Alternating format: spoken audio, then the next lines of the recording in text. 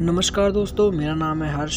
स्वागत है आपका एक और नई वीडियो में। तो चलिए शुरू करते हैं आज की कहानी। राजस्थान की सुनसान पहाड़ियों के बीच बसा भानगढ़ का किला सदियों से एक रहस्य बना हुआ है।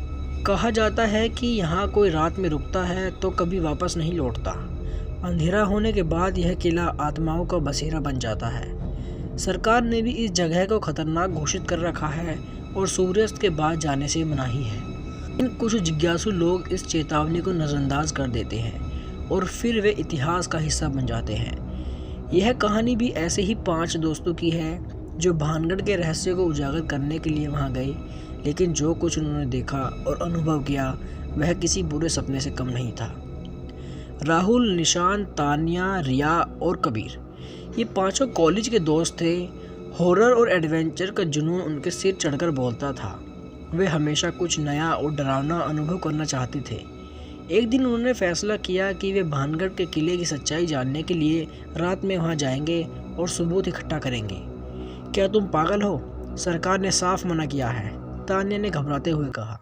चांदनी रात में किला खंडर की तरह लग रहा था। चारों तरफ टूटी फूटी दीवारें, झाड़ियों से ढकी इमारतें और सन्नाटा। रिया ने कांपते हुए पूछा, क्या यहाँ कोई सच में आत्मा है? अगर कोई आत्मा है तो हमें जल्दी ही पता चल जाएगा। राहुल ने कैमरा ऑन किया और रिकॉर्डिंग शुरू कर दी। वे धीरे धीरे अंदर बढ़ने लगे, लेकिन किले की हवाओं में एक अजीब सी फुसफुसाहट थी, जैसे कोई उनके कानों में कुछ कह रहा हो। तभी अचानक कबीर को लगा कि किसी ने उसका हाथ पकड़ लिया। निशांत ने पूछा, क्या हुआ? कबीर कांपते हुए बोला, कोई मेरा हाथ छू रहा था। रिया डर के चीखने वाली थी। तभी उनके सामने एक पुरानी टूटी फूटी हवेली आई। हवेली के दरवाजे पर खून के निशान थे, जैसे किसी को घसीटा गया हो।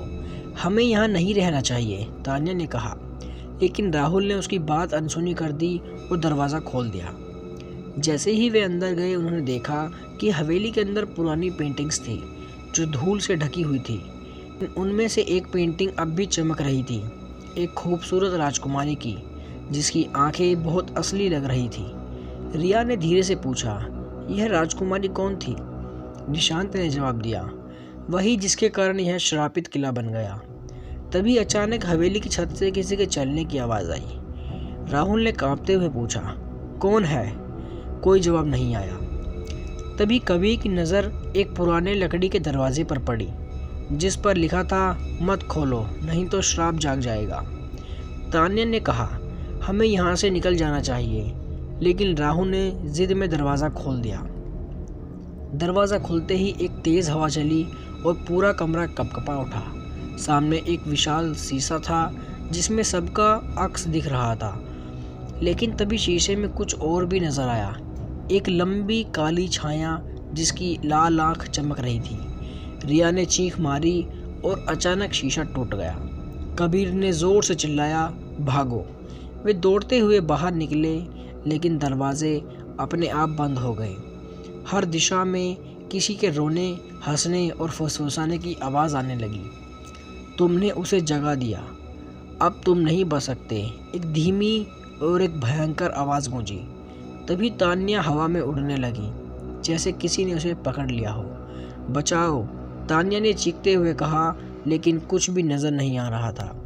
रिया ने हनुमान चालीसा पढ़नी शुरू कर दी, लेकिन वह आवाज़ और तेज हो गई। कोई मंत्र तुम्हें बचा नहीं सकता। अचानक तान्या ज़मीन पर गिर गई, लेकिन उसकी आंखें सफ़ेद हो चुकी थी।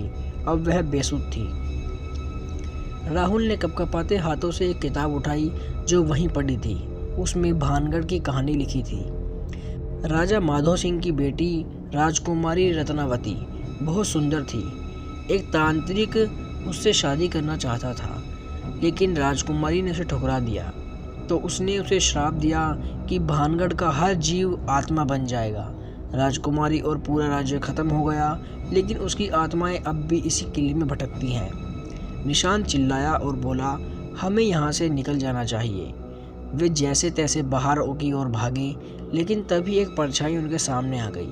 तुम लोग अब यहाँ से जिंदा नहीं जा सकते। उनकी आंखों के सामने अंधेरा छा गया। सुबह हुई। पुलिस को भानगढ़ के पास 5 शव मिले, लेकिन वे अजीब अवस्था में थे। उनके चेहरे डर से विकृत थे और तान्या का शरीर कहीं नहीं मिला। क्या तान्या आत्मा बन गई थी क्या वे सब शराब के शिकार हो गए थे? भानगढ़ के रहस्य आज भी जिंदा है और शायद यह किला और भी आत्माओं का इंतजार कर रहा है।